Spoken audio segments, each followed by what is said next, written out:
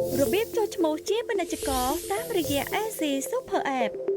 ដើម្បីចូលឈ្មោះបានលោកអ្នកគ្រាន់តែបើកកម្មវិធី AC Super App ចុចលើមេនុយទាន់ចិត្តផេហើយចុចលើសញ្ញាត្រេ3រួចចុចលើប៊ូតុងចុះឈ្មោះបំពេញនាមខ្លួននាមត្រកូលជ្រើសរើសភេទ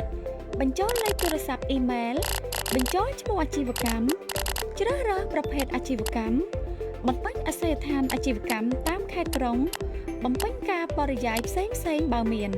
រួចជ្រើសរើសប្រភេទពាណិជ្ជករណាមួយដែលក្នុងនោះមាន3ប្រភេទគឺពាណិជ្ជករ KHQR ពាណិជ្ជករម៉ាស៊ីនឆូតកាតនិងពាណិជ្ជករ e-commerce ចំពោះពាណិជ្ជករ KHQR គឺអាចទទួលការទូទាត់តាម QR ពីអ្នកប្រើប្រាស់តាមកម្មវិធីទូរស័ព្ទរីឯពាណិជ្ជករម៉ាស៊ីនឆូតកាតអាចទទួលការទូទាត់ពីវិធីសាស្ត្រគឺតាម QR និងបានពីអ្នកប្រើប្រាស់កម្មវិធីទូរស័ព្ទឬម្ចាស់បានផ្ទាល់ចំណែកឯពាណិជ្ជករ e-commerce អាចទទួលការទូទាត់បានច្រើនវិធីសាស្ត្រដូចជា QR គណនីនិងបានតាមប្រព័ន្ធអនឡាញ website ម៉ាស៊ីនគិតលុយម៉ាស៊ីនខ្ចោះជាដើមរួចចុចលើប៊ូតុងដាក់ស្នើជាការស្រេច